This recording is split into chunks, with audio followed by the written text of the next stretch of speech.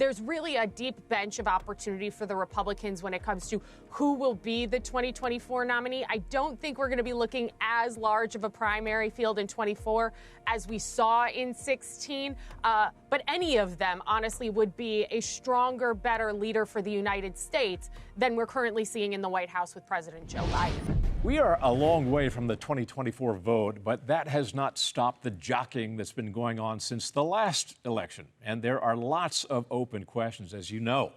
Will it be Biden versus Trump again this time, or one of the many potential candidates quietly making contact with operatives in Iowa, New Hampshire, South Carolina, and elsewhere from both parties?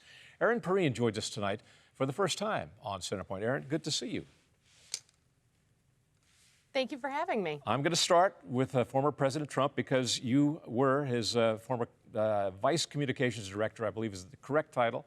Have you any inside knowledge about whether he's going to make a big announcement in the coming days, months? What do you know? I don't have any political insight that I can share, and I'm certainly not one that would be getting ahead of President Trump at this point. But I think the Republican field has a wide open slate of opportunity when it comes to candidates, whether it's President Trump, who I think for all intents and purposes is certainly signaling a 2024 run. You have people like Governor DeSantis, people like Senator Tim Scott, former Secretary of State Mike Pompeo, former South Carolina Governor Nikki Haley. There's really a deep bench of opportunity for the Republicans when it comes to who will be the 2024 nominee. I don't think we're going to be looking as large of a primary field in 24 as we saw in 16, but any of them, honestly, would be a stronger, better leader for the United States than we're currently seeing in the White House with President Joe Biden. Erin, the Democratic Party, as you well know, has its own set of problems, beginning at the very top with President Joe Biden, recently diagnosed now with COVID, apparently with mild symptoms so far, and on a regimen of Paxlovid. But do you expect him to run? I do expect him to run. I mean, the man is the sitting president of the United States. It would be very hard to see, barring anything catastrophic, that he would not run.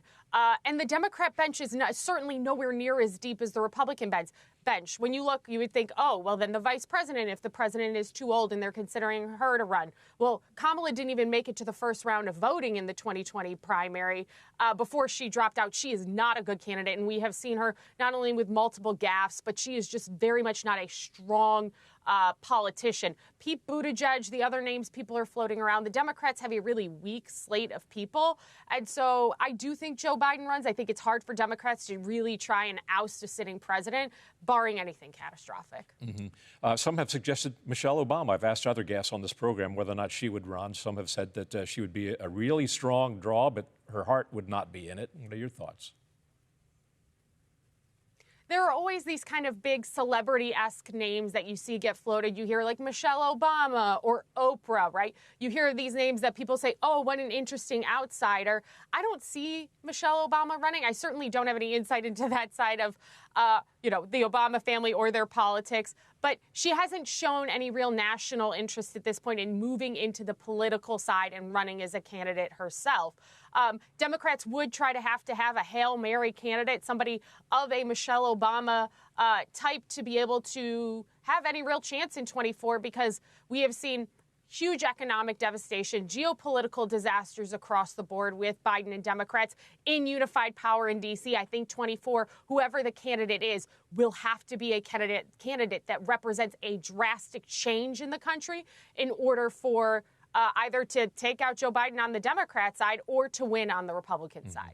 Democrats, as you well know, are trying to take out former President Trump with these January 6 hearings. We had another televised hearing last night. What's the damage incurred from this? I don't think that there is much damage. Currently, all we have seen from the January 6th committee is stuff we've already known. The only difference is because they've hired a former national television producer, everything is very much produced for television. It is meant to be engaging and visual and have people want to see more.